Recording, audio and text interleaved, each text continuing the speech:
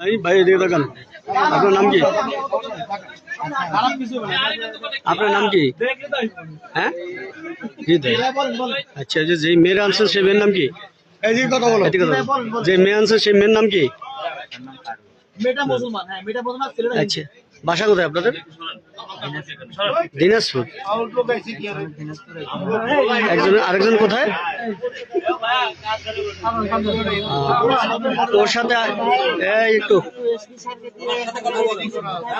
আচ্ছা কথা বলো। আপনার সাথে ওর সাথে সম্পর্ক হয়েছে কিভাবে? ওর সাথে আপনার সাথে সম্পর্ক হয়েছে কিভাবে? হ্যাঁ, সম্পর্ক হয়েছে মোবাইলে কিভাবে? হ্যাঁ, একটু জোরসে কথা বলো। আপনার কথা বোঝা যায় না ভাই।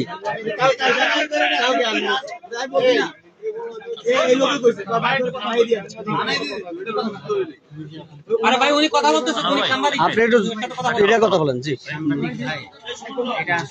আপু দাঁড়ান, ওনার সাথে দাঁড়ান না, দুজন একসাথে দাঁড়ান।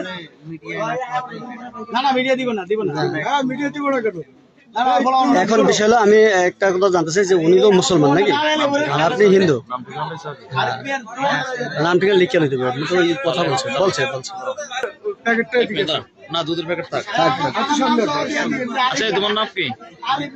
তোমার ঠিকানা?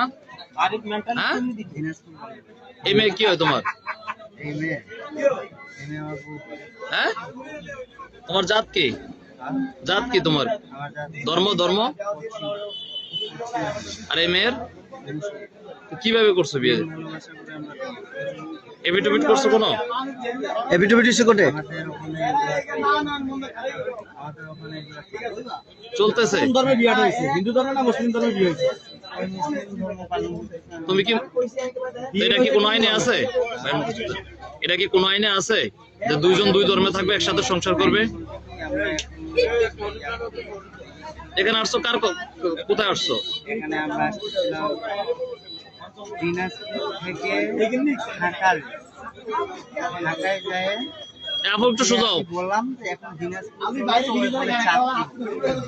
চাঁদপুর আসবে বলে, তো আমি চাঁদপুরের লোন করতে ভুল করে ভোলার লোন।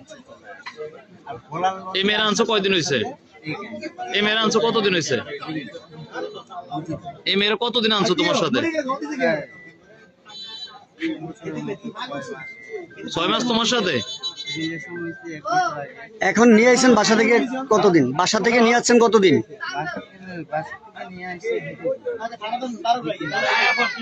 2-3 মাস তোমার সাথে থাকতেছে?